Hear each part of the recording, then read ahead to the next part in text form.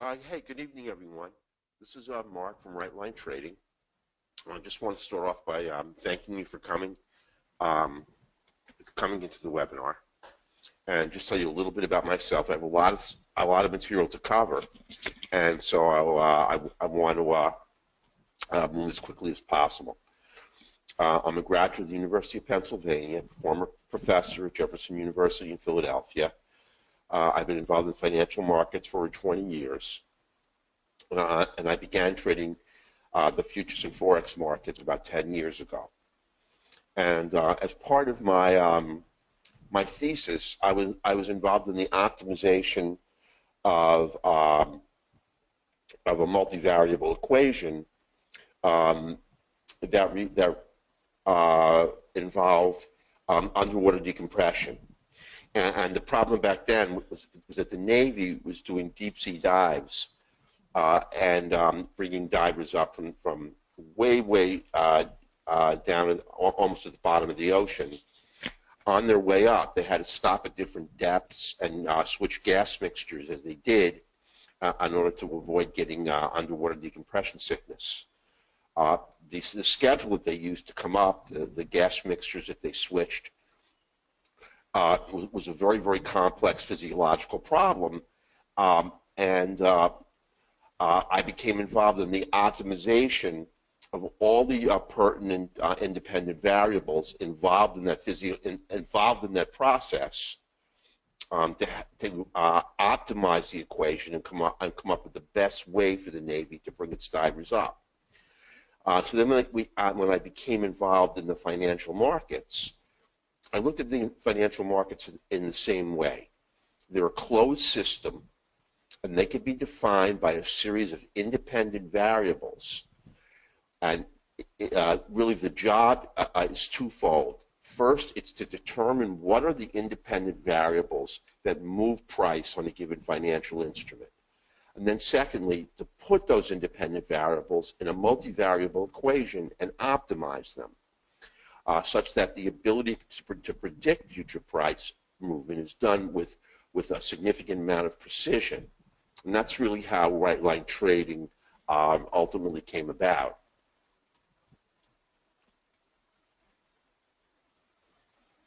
Now, the problem with current technical analysis is that 95% of all day traders fail. And that number does not improve over time. And I believe that the reason the number doesn't improve is because each generation of day trader that fails does not modify, that as each generation of day trader fails, each new generation fails to change their trading methodology.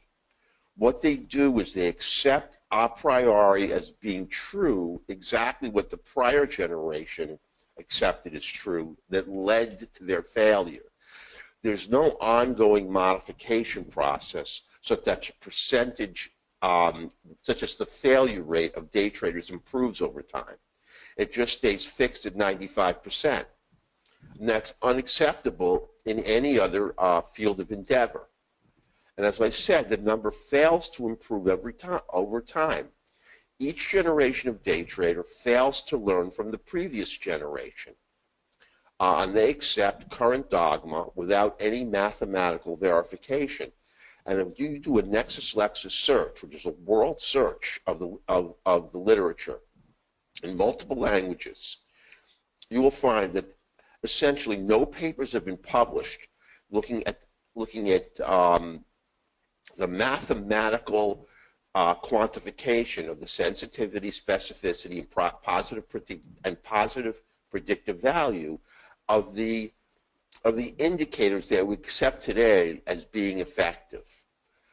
We just use them because we're told that they work, and they've never been verified via rigorous scientific testing to show and prove that they work. And to give you a quick example, first of all, the use of oscillators and Renko bars is very prevalent among software developers. And if you know a little bit about the formula for an oscillator, irrespective of which oscillator you use, what's the relative strength, whether it's stochastic, whether it's a CCI, whether it's Williams K. It crunches numbers via the same formula, and you need 4 parameters. You need the high, low, open, and close of each candle. Now, if you use a range bar, you have a high, low, and an open and a close. And you get an appropriate %K line. And then you have the signal line. But when you use range bars, you only have a high and a low. You don't have an open and a close. So the stochastic becomes inaccurate. All it's doing is tracing out price. And it looks like it's accurate, but it really is giving you no information that's of any value whatsoever. And this is the kind of problem you get with software developers providing you with software packages that have not undergone rigorous scientific testing or have not been examined in terms of what numbers the formulas require in order to crunch out an appropriate line. I mean, when you're stuck with a software package that does this, and I'm not going to mention their names, there are a couple of popular ones, automatically this information is not going to give you anything accurate to get you into a trading signal with increased precision. Again, the problem with the oscillator, when the market's overbought, some traders will continue to buy pivots to the upside, thinking to themselves that an overbought market shows that the bulls are firmly in control and you just can't continue to buy to the upside. Other traders look for stochastic divergence, where in this case the RSI makes a lower high where price makes a higher high, and look to fade the market on a signal called divergence. And divergence is notoriously inaccurate, oftentimes gets run over as it does here, and really is a signal that doesn't have the predictive value that's high enough to allow you to trade off of it. It works sometimes and doesn't work other times, and it's part of the problem. Divergence as a signal has never undergone rigorous mathematical testing until we looked at it. We did 2 years of market replay data looking at a divergent signal and what kind of the predictive value essentially is nothing more than if you see a divergent signal, how well does it predict a reversal in market movement? I'm going to go into these numbers a little bit more because they're extremely important. Now, if the positive predictive value of the signal is an 85% or greater, i.e. when you see divergence, it's going to work 85% of the time and fail only 15% of the time, then the signal should be discarded. If the positive predictive value is, say, 55% or 60%, or it works 60% of the time and fails 40% of the time, it's of no use. Now, what we found was that both traders who look at a stochastic and continue to buy upside pivots and traders who look for divergence on stochastic and fade the market on a divergence signal, remember, they're each looking for exactly the opposite. Somebody who's looking to buy overbought is going to continue to buy whether there's divergence or not, as long as the market stays overbought. These group of traders are looking to fade the market when you get a divergent signal. So they're trading the oscillator in exactly the opposite way. And what it turns out is that if you look at 2 years of market replay data and you code in really a small software package that looks at every divergent signal and tells you how many of them are actually create a change in direction of the market, you find that the positive predictive value is extremely poor. The same thing with continuing to buy upside pivots. The positive predictive value of using an overbought market to continue to buy the market to the upside is extremely poor. So traders trading both of these signals are going to wind up losing money. because the predictive value of each of these strategies is exceedingly poor. So what we've done is we've eliminated the oscillator as an indicator that in any way adds to the precision of our trading. And only by doing rigorous mathematical testing could we come to that conclusion. A huge number of people put a lot of value in what the stochastic indicator is telling them. But I'm telling you, via rigorous testing we've shown, it will do nothing to improve the outcome of your trading entries. We've also done the same thing with Fibonacci, and I call this the Big Fibonacci Myth. And I don't want to go too far into this because I have a lot of material to present to you. But Fibonacci, its numbers were developed by a very obscure mathematician from the 18th century, and he developed Fibonacci transformations way before the stock market was around. And the mathematics of them are really sort of elegant. But what do they describe in nature? The number of edges in a snowflake, the number of rotations in a pine cone. They don't describe any relevant physical properties of anything. I mean, there are a lot of really elegant formulas in quantum mechanics that describe the movement of subatomic particles. I mean, look at Newton's laws. His laws describe the movement of large objects, and even to a large extent, even though Newton's laws are incorrect, because of the wave motion inherent in any particle, they still describe how various closed systems interact with each other. Fibonacci really doesn't predict much of anything, and who made the teleological jump to decide that Fibonacci would describe price movement of any financial instrument, i.e. the movement, or describe the direction of price in a closed system like the financial markets, simply made that jump on its own. And for hundreds of generations of day traders, this has been passed down as being mathematically accurate and precise. And yet, if you look at 2 years of market replay data, it tells you that there's absolutely no valuable predictive value in using Fibonacci extensions or retracements. They simply don't work. And it's one of the biggest myths I think that day traders continue to hold. And I think there's something elegant about holding on to the thought that Fibonacci numbers work, and that Fibonacci extensions and retracements will help you become a profitable day trader, because all of the pure Fib people, as they move from generation to generation, all lose money.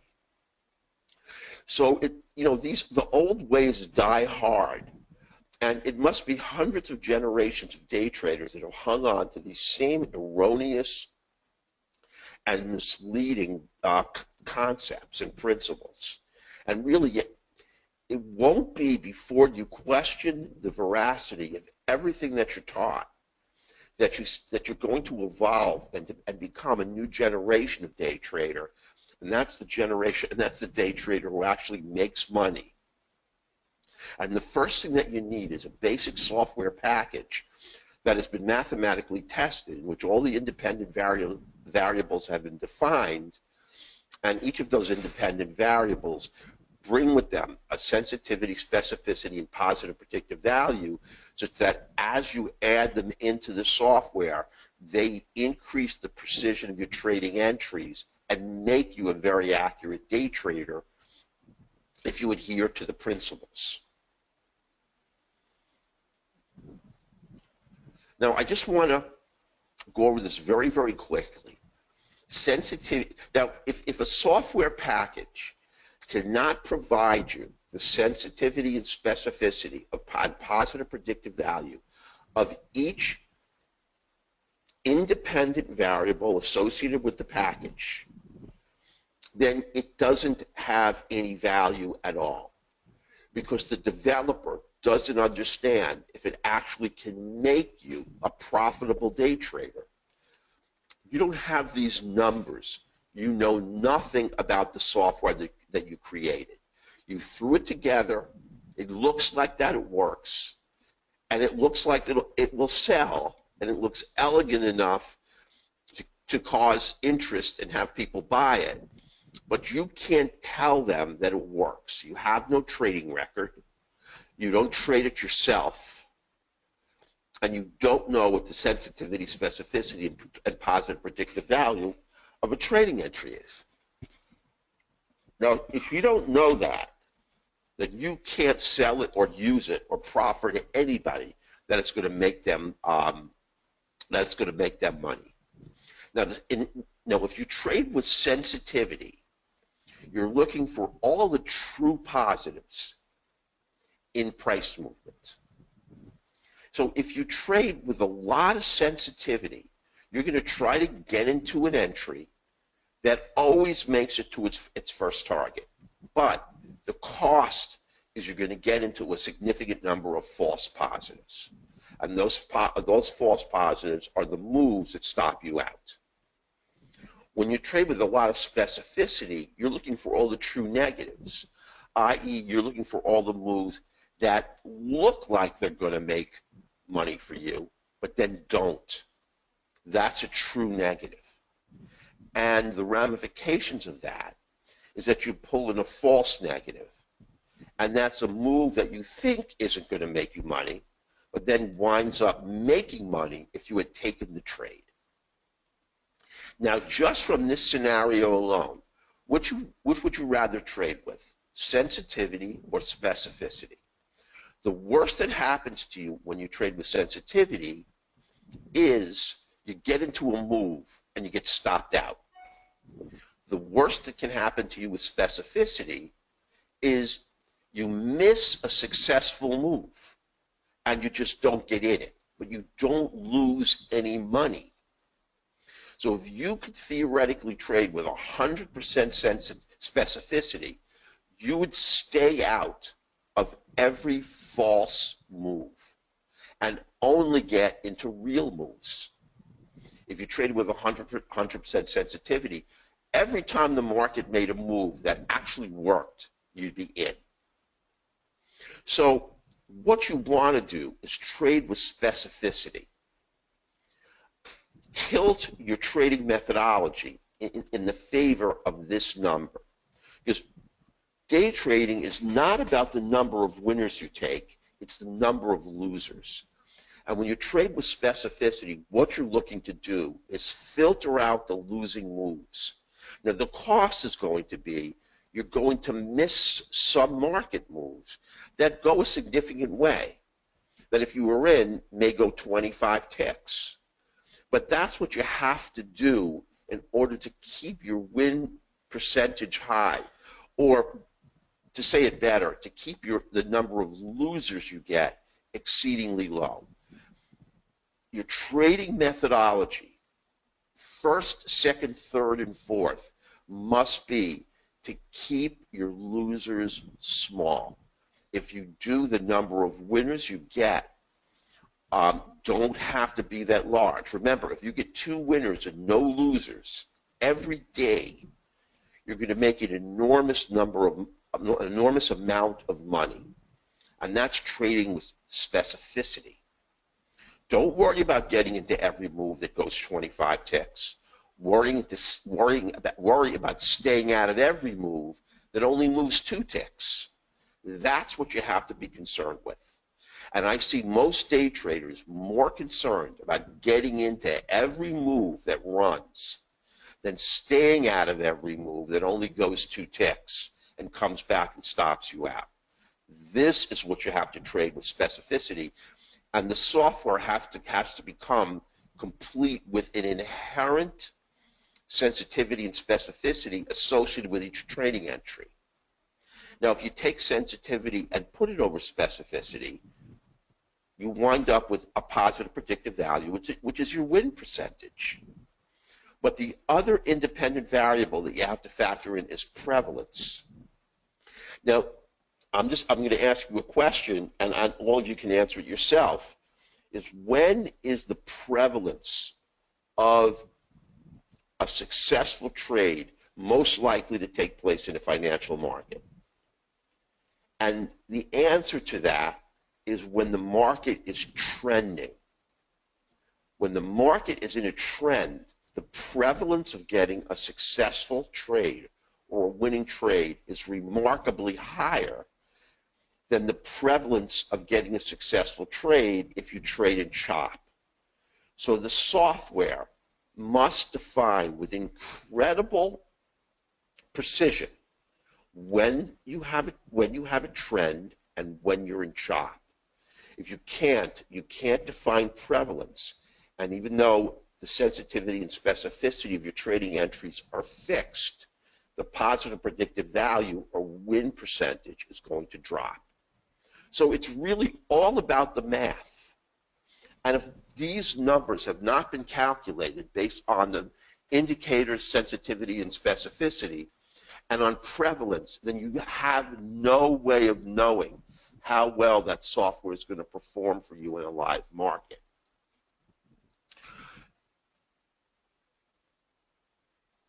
Again, the prevalence of a winning trade increases in a trending market. Now, how does the market go from chop to a trend? And I know this is a lot of material, and I always worry when I try to present the software package that we offer in total, that I'm throwing a lot of information at traders, and it becomes very confusing because a lot of these concepts are really not dealt with. But these are the most basic and fundamental concepts to day trading, and it really goes back again to why the percentage of day traders from generation to generation has such an enormously high failure rate. Now, first of all, why would the market go into chop at all? And essentially, if you know about the laws of thermodynamics regarding a closed system, every closed system has an inherent inherent propensity to move towards maximum chaos. And that's true of every closed system in nature. And the financial markets are a closed system exactly like any other closed system. They want to move in chop because of the laws of thermodynamics. They tell you that unless something is applied to a closed system, you're going to get a greater and greater degree of enthalpy. And enthalpy is chaos. What you want is entropy, which is order. Now, in order to bring order to a closed system, in physics, you have to apply energy. In the financial markets, what you have to provide is money. When the financial institutions start pouring money into a given financial instrument, they create a multi-time frame trend, and that is what creates order out of the chaos, and that's what we're looking to capitalize on. How do we know that the financial institutions, the big institutions that move thousands of contracts, are applying their money? Well, this multi-time frame trend develops, and the software has to assimilate data from multiple time frames in order to pick it up. And then you have to define the movement of each financial instrument in a series of multivariable equations in which there are multiple independent variables. And when optimized, they predict future price movement. And it's really, really simple. I mean, if you have X plus Y plus Z equals f of X, which is a function, and you know that X and Y and Z are independent variables associated with price movement, if you try to solve for the equation, and some equations really can't be solved for precisely, but you optimize the results. And come to a result that's as close as possible to exact, then you can describe the movement of every financial instrument. Now, the first independent variable I want you to look at that we use is a three-line indicator. Now, the three-line indicator on the first line looks at, actually the first line here is order flow. Now, this is not the way I'm going to show you I'm going to show you our platform as quickly as possible because I really want to get you to see what you're looking at when we day trade.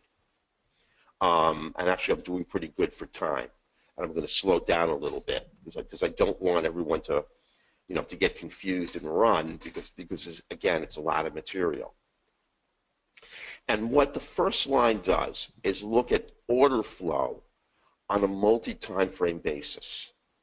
Now, I'm not going to go into great detail. I actually did a webinar a few days ago on just how we determine what is order flow and how we determine what it is on multiple time frames.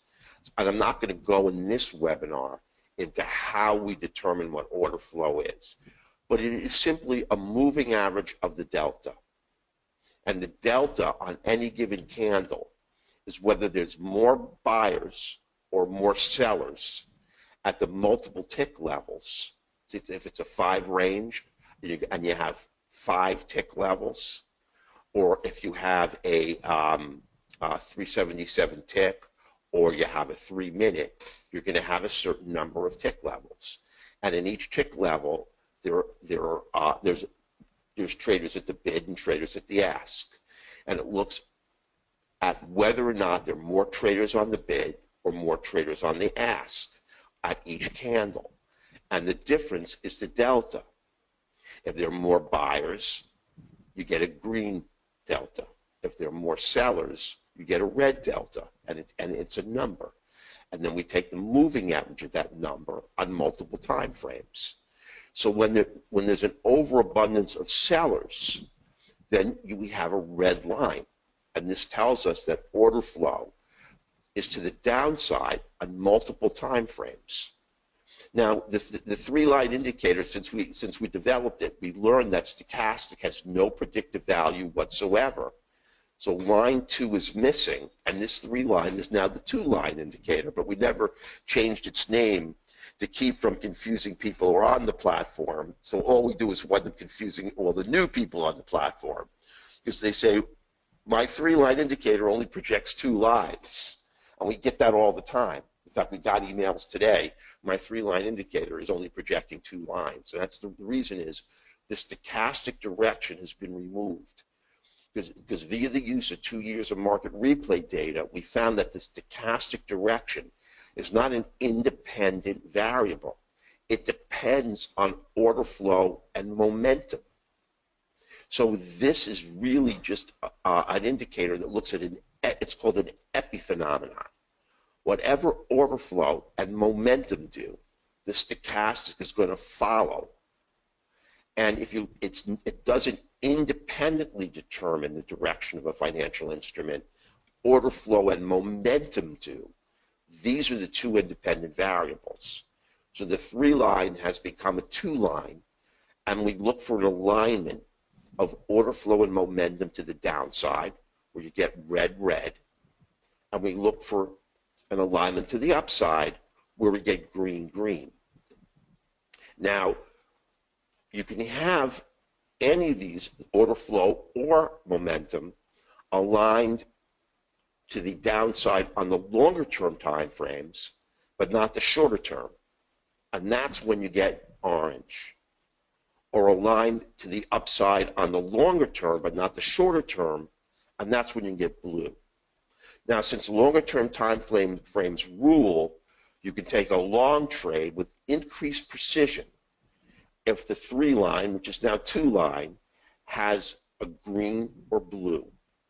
Better when they're green, but it's still okay to do it on a blue. So if the 3-line is telling you that order flow and momentum are aligned to the upside, at the very least on your longer term time frames, optimally on both the shorter term and longer term, then it's going to increase the precision of your trading entry if you trade with the colors of the 3-line. So you want dual greens or dual reds optimally, and that is going to give you a better trading entry. You can always trade against its color, but if you do, you're going to trade with increased risk. That's what a software package must tell you. That if you don't trade in the direction of its signals, the predictive value of your trading entry is going to decrease. And as you do that, you begin to accrue risk on the trading entry. And obviously what our goal is to enter a market with as little risk as possible. Now, if you look here, this is just some examples I have. Now, this is when we still used it as a 3-line. And listen, our software has gone through multiple revisions. And what we look to do is discard every parameter that ultimately we determine not to be an independent variable and simplify it. We don't want to make it more complicated so that every piece of information you see increases your trading precision. Now, when you get the 3 greens, it surrounds the candle in green. And if the 50 is green and the 15 is green, this is a proprietary 15 period, and you break the 50 on triple greens, you get a long trade. That's one of the trading signals we have. It's the break of a 50. The 50 has to be heading up. The 15 has to be heading up. And you have to have your order flow and momentum lines aligned to the upside. You will break and run with incredible precision. The positive predictive value of this trade is 85% or greater. And again, as I said, if a software vendor doesn't tell you that 85% of these trades or more are going to be successful, then they don't know anything about the software. Here's the same thing to the downside. Candles outlined in yellow. The 15 and the 50 are down. You break with the 3-line being 2 lines, and the software and price is going to run to the downside. The only time we really bring this indicator to bear is on a break of the 50 and a break of the 15. Now, these are some of the independent variables that you must do, or components of the independent variables. Multi-time frame analysis of a trend must be present. You must. Before I get to this, let me go back to the chart, because that's I put that in there for another talk. And here is another independent variable that is extremely powerful. You see a lot of software packages show you background bias. You see the background is pink, or the background is green, or it changes color. But all it's doing is tracing out price on your trading chart. So when price falls, the background goes pink. Now ask yourself, what's the value of that? Well, the value of that is 0. If you have an indicator which assimilates data from your trading chart only, you're going to find that the indicator is driven by price, and price is not driven by the indicator. If you look at a MACD, and I'm a big fan of momentum, but if you look at just a momentum signal, a MACD signal, and a MACD crossover, from a MACD that's just assimilating data from your trading chart, it provides you with no significant information. You have to have that MACD or momentum assimilate data from multiple time frames. So that's what we did with background bias. What this tells you is your 2 higher time frames are moving to the downside, and all support to the downside is broken. Now, the higher time frame parameters are determined by the indicator. If you trade a 5 range, then this indicator defaults to the 2 higher fib numbers. it goes to 8 and 13 as the two higher time frames. If you're trading, say, a 3-minute, it defaults to 3 times 3 is 9, 9-minute, and then 9 times 3 and the 27-minute as your two higher time frames. If you're trading a 5 Renko, it's going to default to the 8 and 13 Renko. If you're trading a tick, if you're trading, like a 377, which is a fib, it's going to go to the two higher fibs. Now, if you're trading a number that's in between a fib, it's going to default to the nearest fib and calculate the two higher numbers based on the closest fib of the default on your trading chart. So let's say you're trading a 4 range. The software is going to look at the closest fib, which is a 5, and then give you your higher time frames as 8 and 13. The important thing is that what this is telling you is not what price on your trading chart is doing. It's telling you what price on your two higher time frames is doing. Now, if price on your two higher time frames is moving to the downside and all support to the downside is broken, what is likely to happen to price on your trading chart? Well, it's likely to fall. So when you see pink, and I'm going to show this to you on our software, when you see pink background bias, that's our golden opportunity to look for a long trade. And the initiation of this, we call this a transition zone, because you're transitioning here from an area of where you have chop or chaos to an area now where you have a tremendous amount of order.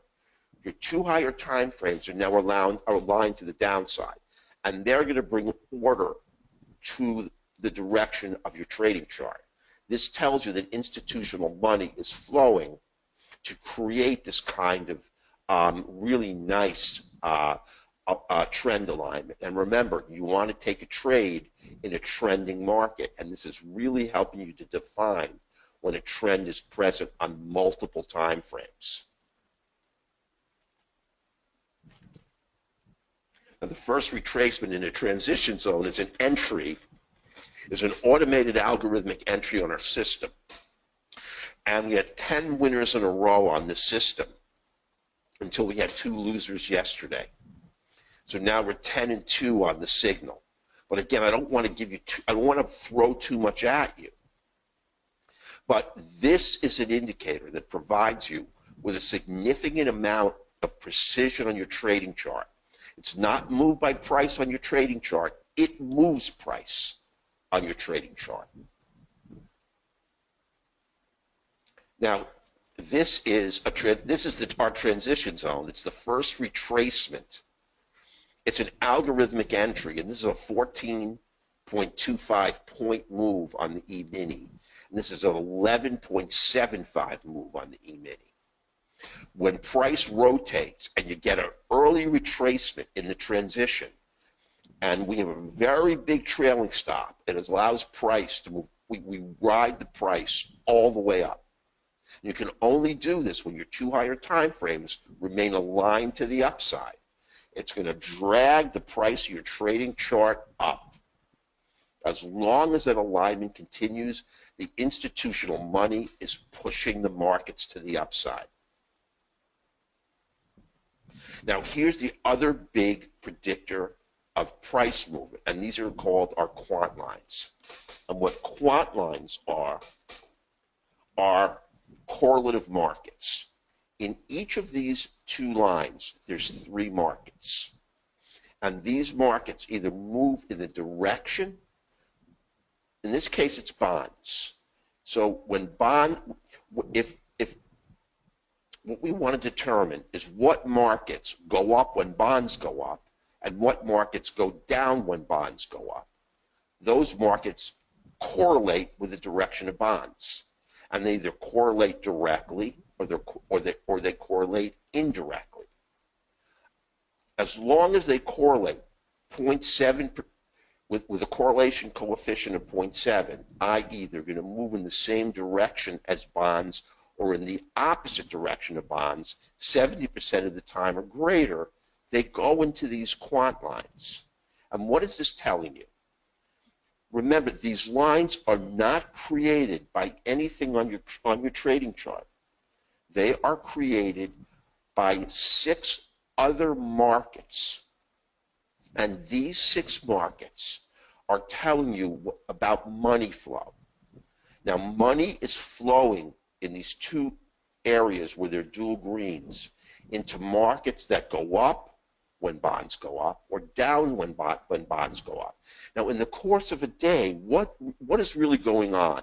If you look at bonds and you look at notes and you look at gold and you look at crude and you look at the E-mini and the Dow and the NASDAQ, you look at the agriculturals, you look at the currencies, some of the markets go up, some of the markets go down, they wax and they wane. Really, what's going on?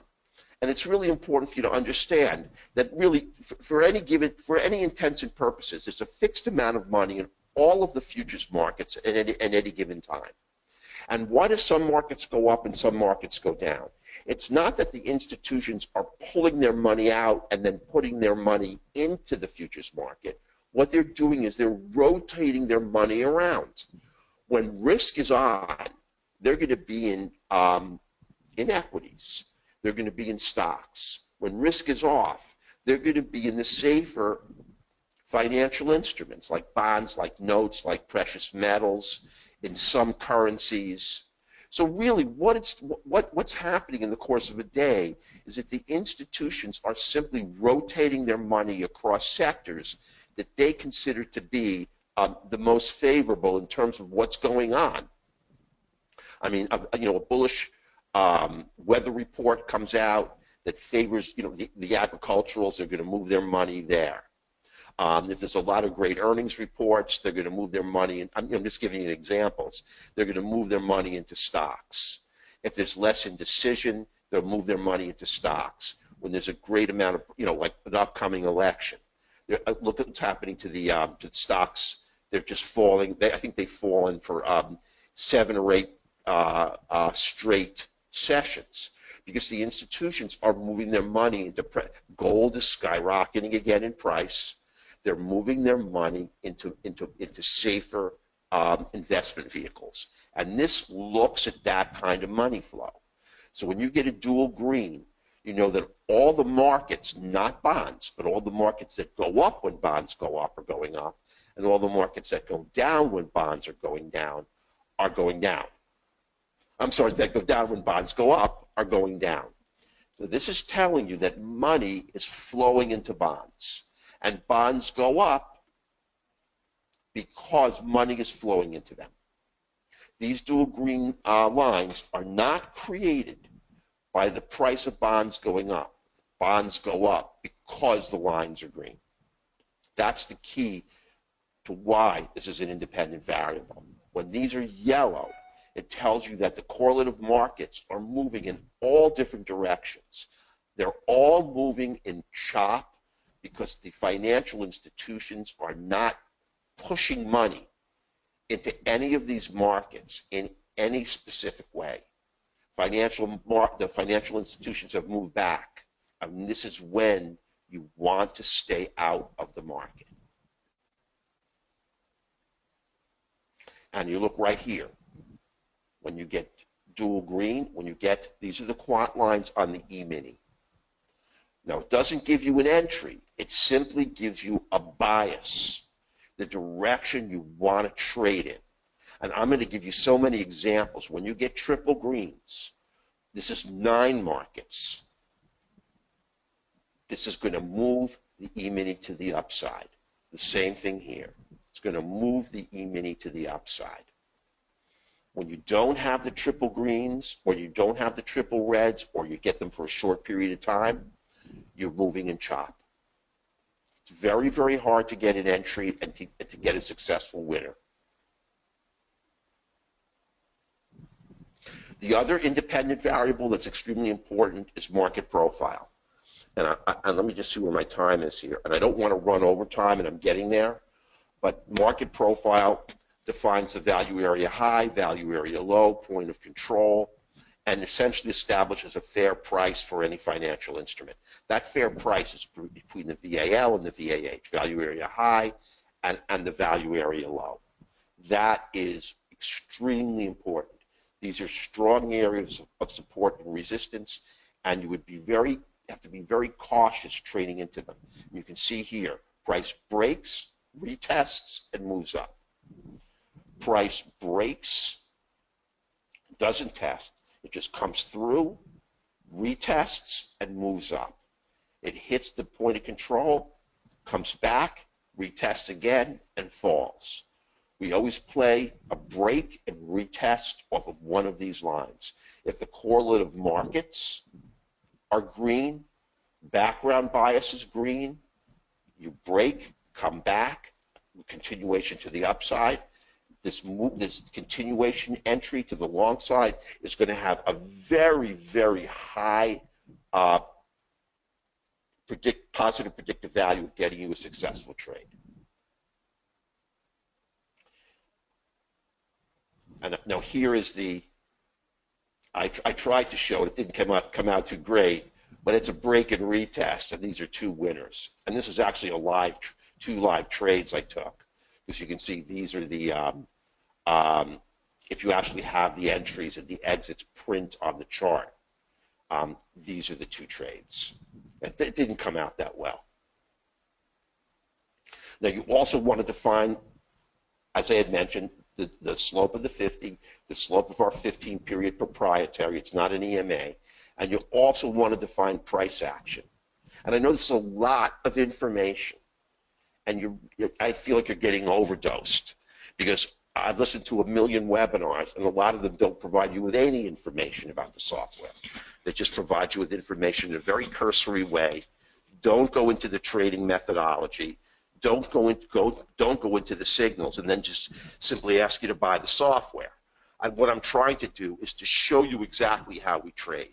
And this is the last thing I'm going to do before I actually show you the software itself. If you look here, what happens when price consolidates? You trap buyers to the short side, short side, short side, and buyers to the long side. So stuck in this box are a huge number of traders in opposite directions.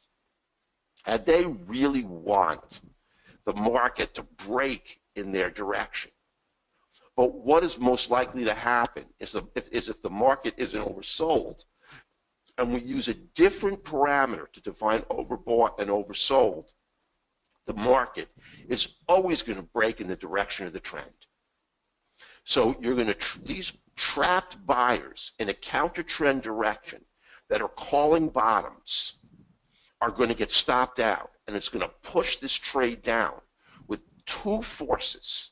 Not only the addition of new sellers, which you get in every trading entry that goes to the short side, but stopping out all the buyers in these green candles. So price usually moves out of consolidation with a tremendous amount of force. The longer the period of consolidation, the more buyers you trap in the counter trend direction. On every single trading entry we take, we look to exploit buyers stuck in a counter trend direction to help make our trading entry successful.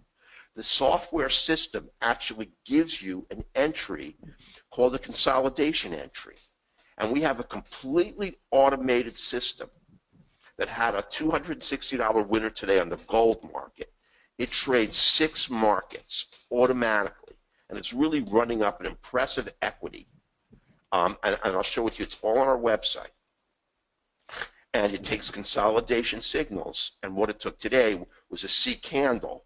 And I can't go into all of these signals, but this C candle entry is also extremely powerful. It simply looks to exploit one candle in the counter trend direction and then engulf it.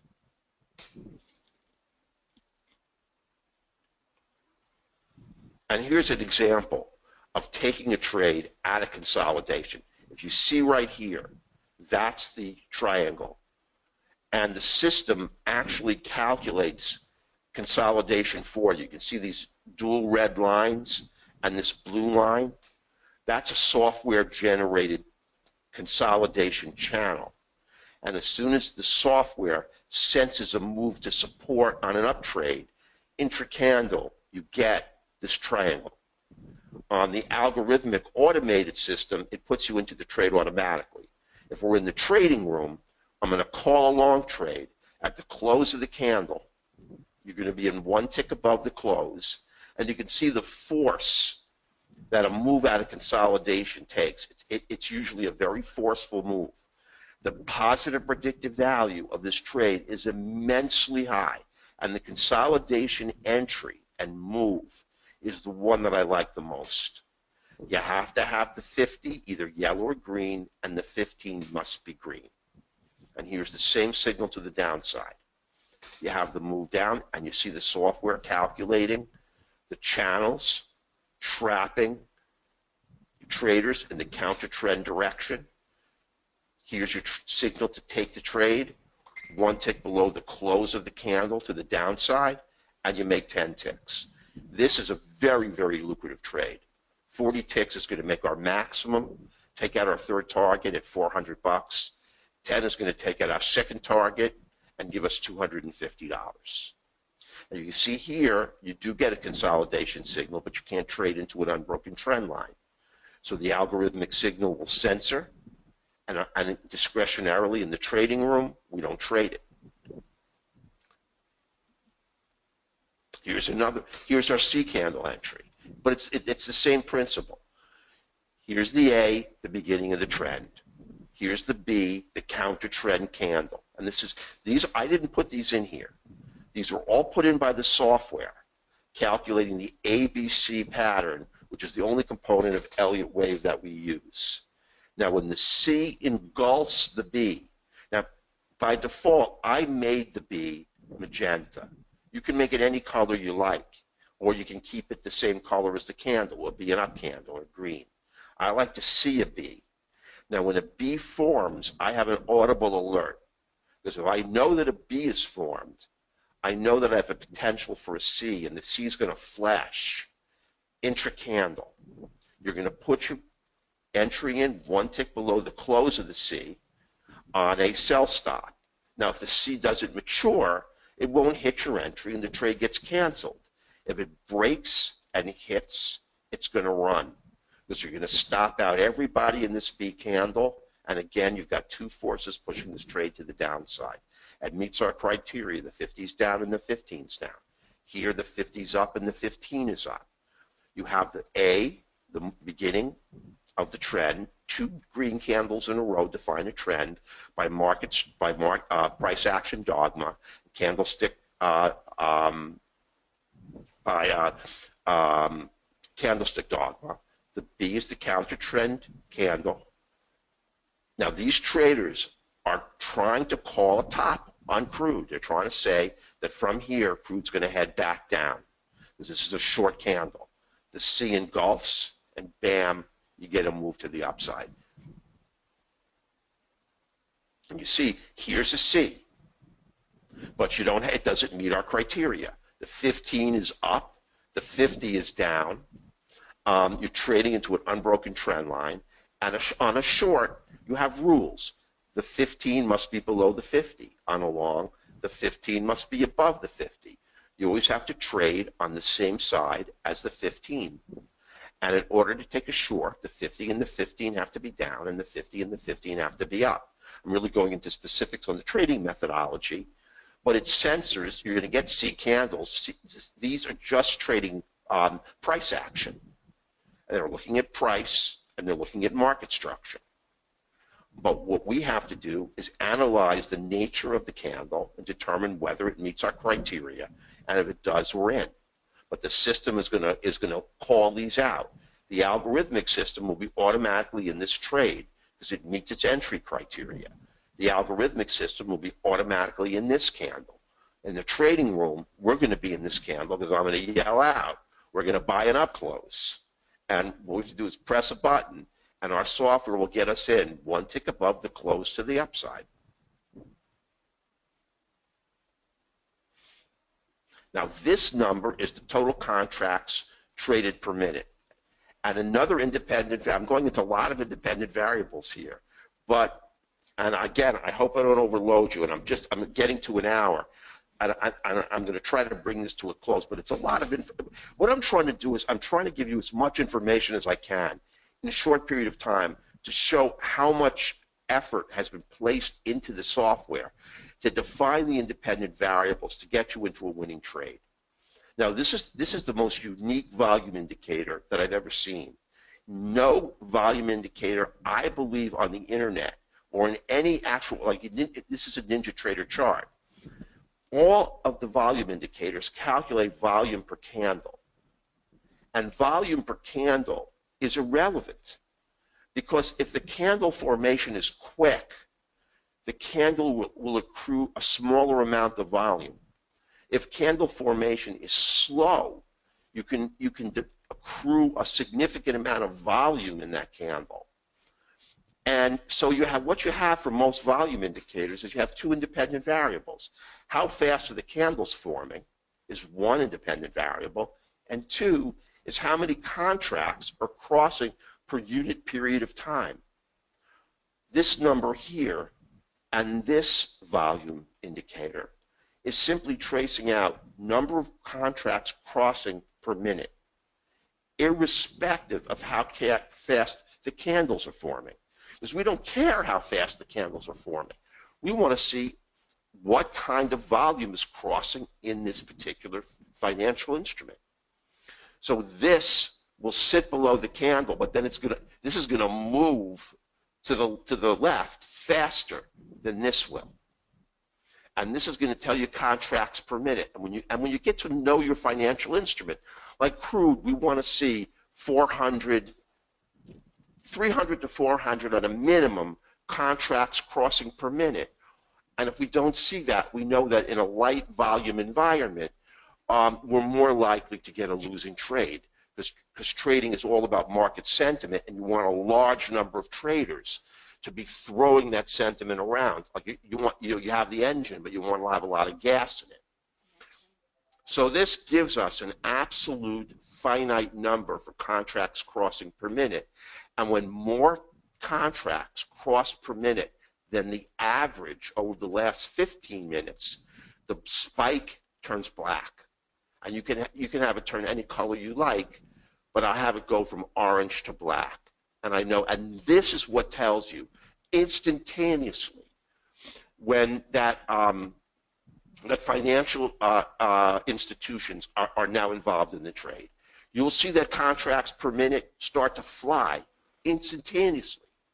And you know immediately you're trading with big money. Even before all the other independent variables, all the other indicators have a chance to roll around, you're going to see this number just go off the board. And there are times on the E-mini where you start seeing 10,000 contracts crossing per minute. It'll be sitting at 1,500, 1,000, 2,000, and then bam, 10,000, 15,000 crossing per minute. And this number, like an odometer, where you're now moving at 200 miles an hour, crossing, it just starts to rotate real quickly. It's very helpful in determining whether there's enough volume on a given system-generated entry to take it. And the algorithmic system we have, the automated, actually takes into account contract per minute volume before it will take a trade. It will censor a trade automatically on a low volume environment, which is pretty neat. So our goal is to combine all the independent variables into a very simple trading platform that's been optimized mathematically to provide you with markedly accurate trading entries. Now, I think at this point, I just want to give you a look at the software. I just want to see where we are here. All right, let me just go down. Now, as part of our trading methodology, we do not trade tops or bottoms because you can't call them. If you try to, you're going to catch a few tops and catch a few bottoms. What you see from all the counter trend traders in the trades that we exploit, those are traders calling tops and calling bottoms. Those are traders trading divergence signals, whether they're oscillator or whether they're MACD divergence. We do not trade reversals because A reversal is determined by the institutional people. When they decide they want to stop pouring money into a given financial instrument, it reverses. You cannot determine when that's going to happen. And we watch every morning in the live trading room, all these traders trying to call a bottom. And one set's run over, then the next set's run over, then the next set's run over. And after you get an enormous number of traders trying to call a bottom, run over and stopped out, finally, the bottom is hit. And the bottom is hit when the institutional guys decide that they want to stop pouring their money into that trend. Then the trend's going to reverse. Because remember, there's another force present, and that is reversion to the mean.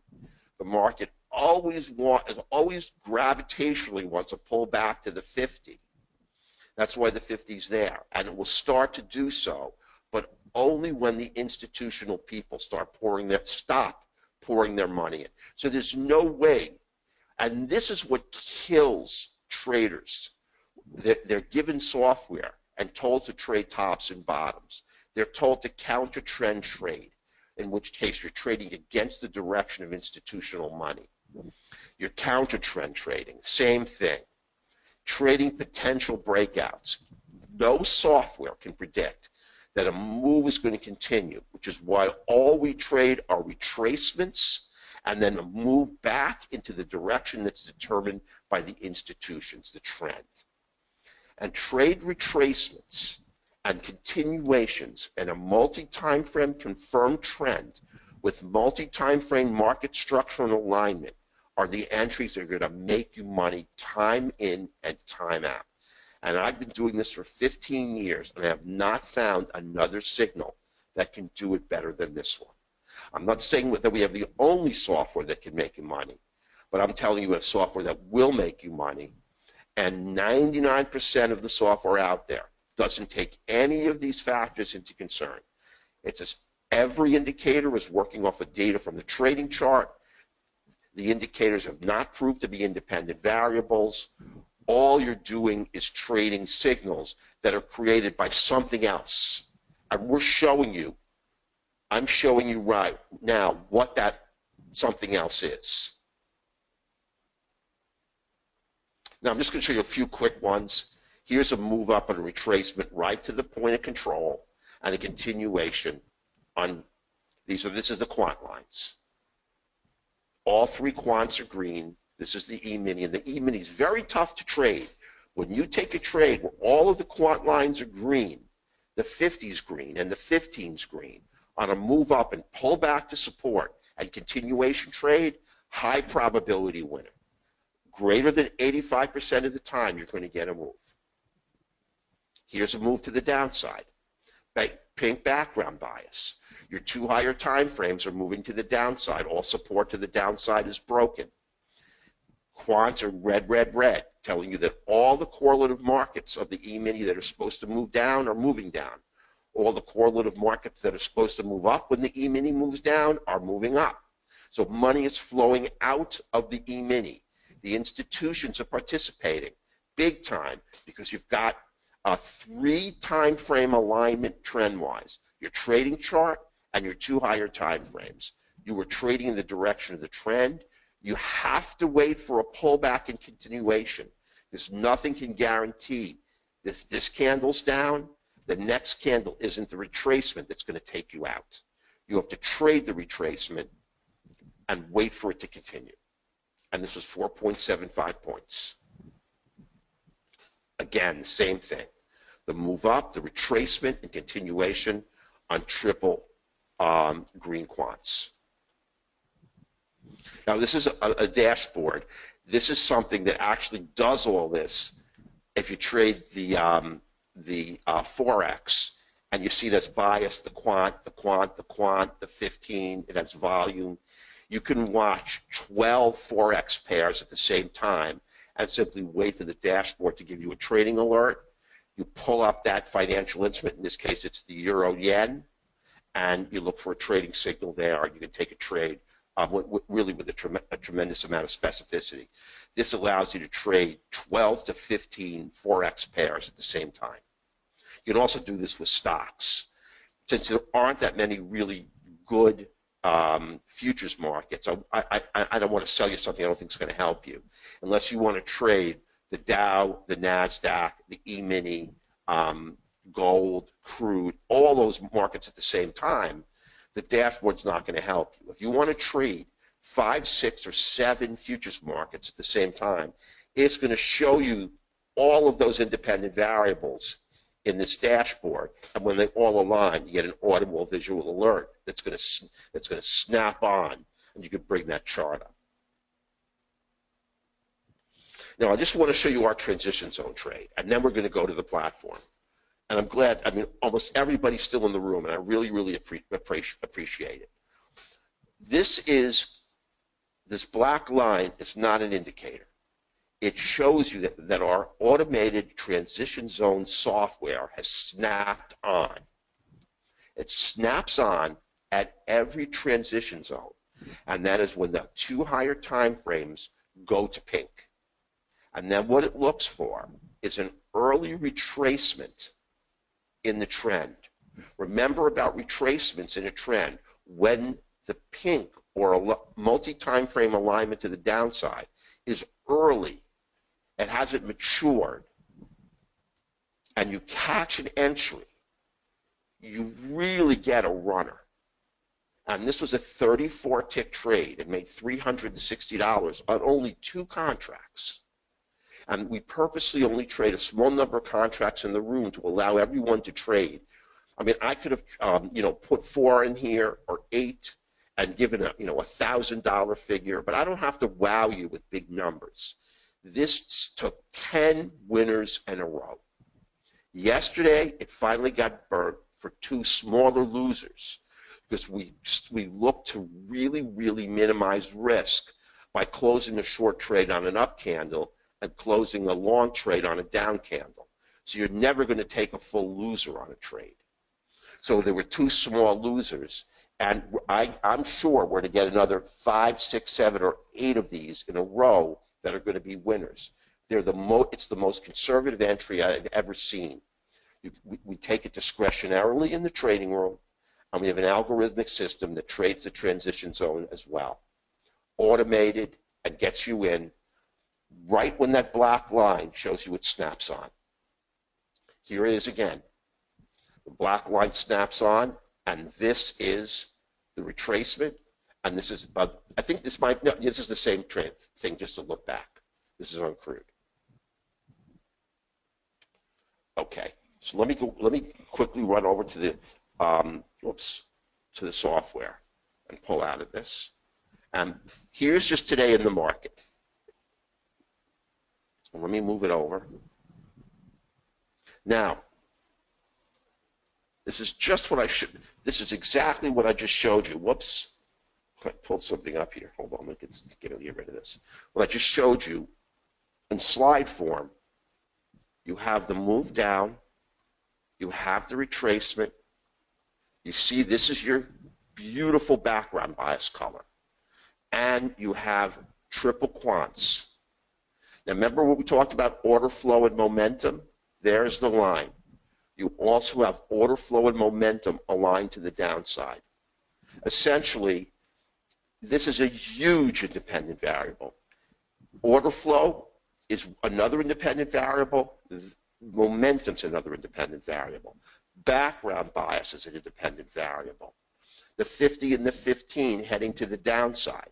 Now, the only issue on this candle is the pivot. Now, our automated systems will not enter a trade into an unbroken pivot. But in the trading room, we have the discretion of deciding whether or not we want to trade into an unbroken pivot.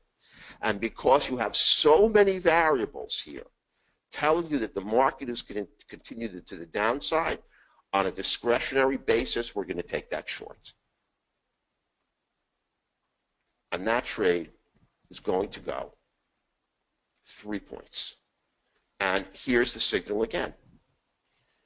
This is what we look to leverage. you have to have patience. You have to move to the upside. Everything is still there, and down you go.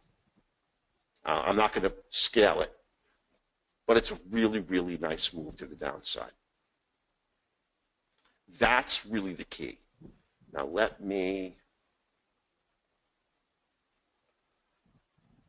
can show you these all day. Now, look at this market right here. You have no background bias. The quants, you never get triple quants. Here is random chop. And here is where you don't want to trade. Now, you have to trade short because you always trade on the side of the 50 where the modified 15 is. Can't take a long trade with the modified 15 below the 50. So you're only looking for shorts. And look at this price. If you try to take a trade here, you get creamed.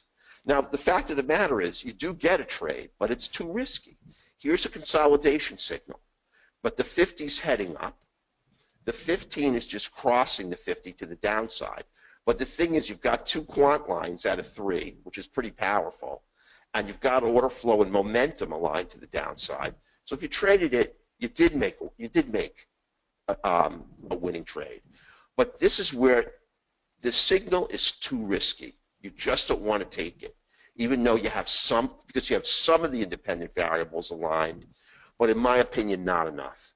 The best thing to do in this period here is just to sit and wait for this to develop. And here's a move to the upside with the same. So you really don't get the nice, here you know your bias is to the upside, but you don't get a really nice entry. Right here. Right here. Right here. This is where you make all your money. And you can stop for the day. Just wait for this. This is this background bias, and I'm not going to go into the meaning of all these colors, is extremely powerful downtrend. So,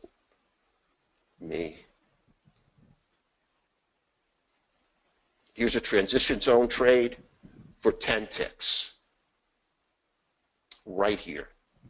Now, I have to move it to the right edge, but the transition zone braved the value area, braved the point of control. You see how the zone started here. I didn't do that very well. It waited for a retracement. This is the major quants number 1, the intermediate quants number 2, and the middle quant is the minor quant. It will take it on 2 of the 3 quants.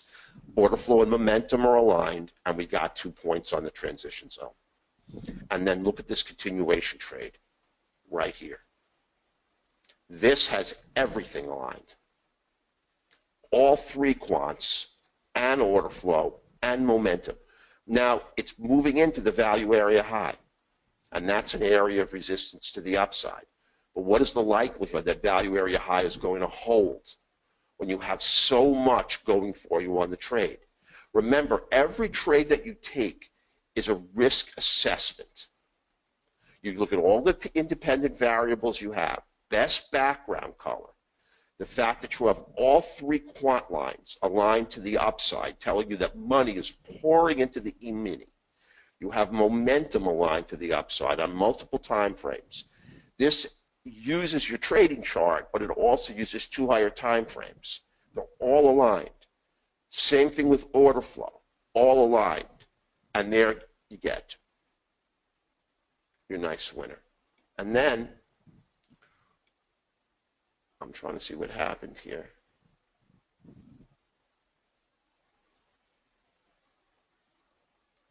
We have the same thing. The move down, the move up, the continuation short. All on the triples right here.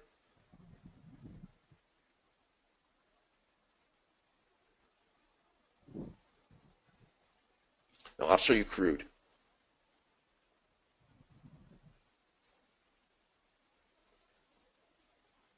Here's three entries in a row we got. The first one, we had strong background bias. We did not yet have the quant turn, but I felt we had enough in the trade. Remember, we were trading off a dual support, the 15 and the 50. The first 15 ticks, the retracement. Now you've got the quant line, order flow and momentum, the move up 8. The retracement, quant line, order flow and momentum, the move up for 7. This was a $500 move. 300, 100, and 100, right here. Bang, bang, bang. But what do you do here? When there's no background bias and you have no quant line, telling you that the correlative markets, and in crude we only have one quant line. So depending on the market, that tells you the number of correlative markets we were able to find. On the E-mini, we could find 9. On crude, we can only find 3. So there's only one quant line. But when that quant line does not roll in your favor and shows you that institutions are not moving money into the correlative markets appropriately, the market just moves into chop. When the quant line goes green and money starts to pour into those markets, that's when you start getting a multi-time frame alignment and these retracements start to work.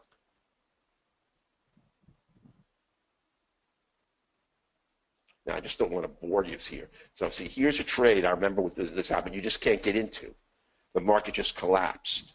And I believe that this was crude inventory report at 10:30. And I'm sure if we look, we'll find that. So, yeah, this is 11/2. Today's Thursday. Yesterday was Wednesday. Last time I looked, 11/2. So this is crude inventory report, which we never trade. And you can see the horrible chop again right here. And this is all crude inventory.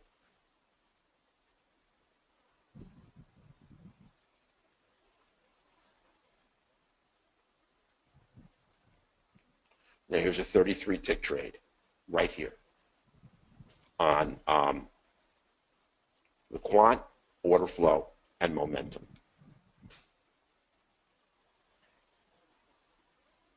Now this is a different kind of trade. This is a counter trend. This is the only kind of counter trend trade we take, and I really don't have time to go into it. But it's a rising channel, and it's really a market structure, price action type trade, and it has a very high predictive value. We've analyzed it and analyzed it and analyzed it. So let me go back to this slide. I just hope you get a feel for what you're looking at. The only way that you can't make money off this platform is if you don't have patience and you don't have discipline. If you're going to chase trades in areas like this, remember, every entry is associated with some finite degree of risk. Every entry has a positive predictive value based on the independent variables we have in the platform. If you leverage them to your benefit, you will make money. If you ignore them and you take riskier trades, you're going to start bringing that win percentage down, and you're going to start going to break even, and eventually you're going to start losing money. You have to wait. And not every big move. Here's the thing that I'm talking about. This is a potential entry. It's a move up, and it's a pullback to dual support. It's the support of the 15 and support of the 50, and you do have up bias. It's this darker blue color, not the green. But on the trade, you just don't have the quants to support you, but you do have order flow and momentum. They're telling you the market's going to go. So you have to say to yourself, is that enough on this trade to get me a winner? Now, for me, it's very, very iffy. So I'm not going to take this trade. But look what happened. Now, if I miss that trade, I am not going to cry over it. There'll be other traders in the trading room. They're going to take it because the dual alignment of order flow and momentum to the upside is a very, very nice signal. But I want to wait for the quants to align, and I want to wait for better background bias. But if you're willing to assume the risk associated with this trade, given the fact that you don't have the quants, but you do have order flow and momentum, and you see that you have dual support, you're sitting on support of the 15 and the 50, you can take this trade. And if you just have the patience not to chase anything in this area here and to wait, you're going to make money. Now, this is a potential entry again, right here. And this is with order flow and momentum, obviously in your favor, but no alignment of the quants. It's almost a duplicate trade of the one before.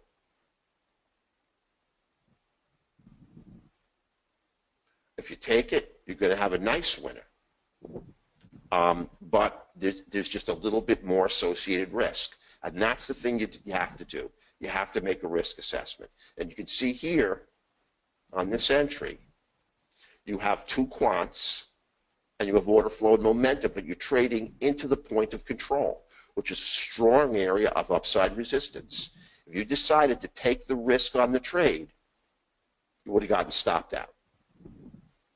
Because the point of control, which moves around, stopped the trade and turned the market. So that's really what it's all about. If you want to wait for the perfect alignment of a trade, that's what's going to get you where you want to be.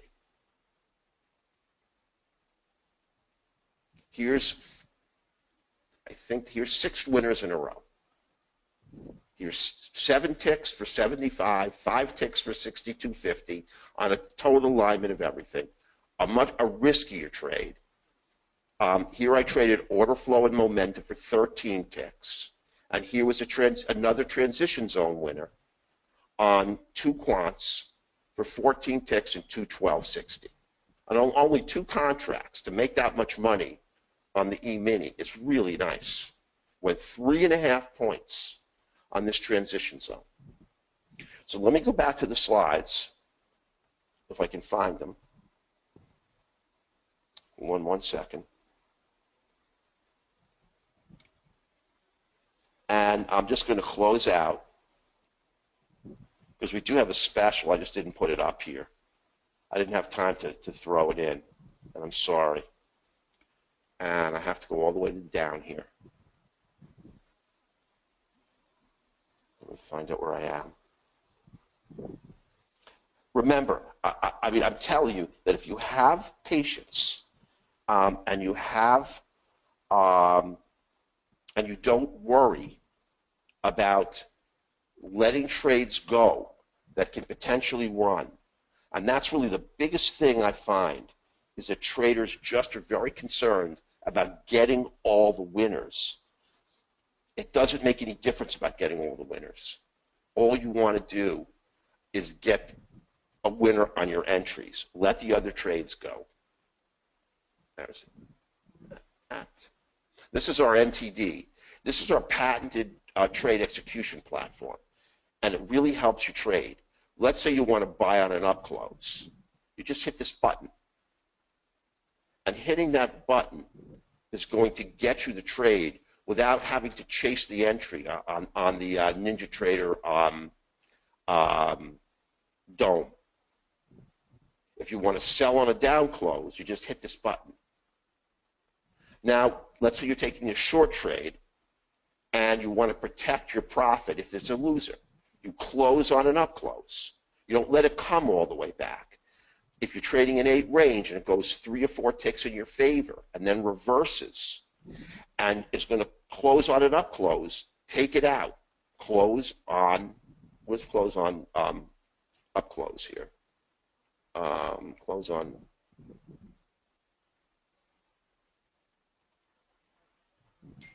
Oops. Oops, I'm getting it.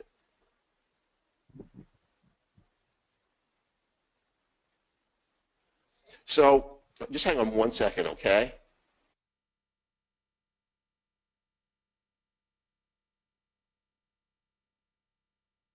So let me move through the full software suite. Now, not the transition zone software. I know we're going to send you an email. The NDT, I have not formatted this, but normally it's $27.50, and we're going to knock $500 off the price. Now, this is the discretionary system. The transition zone software is separate. The dashboard is separate, and all the automated systems are separate. But if you want to speak to Rory about any of those, you can. We have algorithmic systems that trade all of them, and they do them with incredible precision. The transition zone automated software got 10 winners in a row without you even being at your computer. It manages the trade automatically, takes you out, protects your downside, and it does it all automatically. Now, let me just go really quickly, because Rory, who helps me with the webinars and helps us, and is our head of marketing, has to leave. And I just want to look really quickly if there are any questions. Okay, there are very few.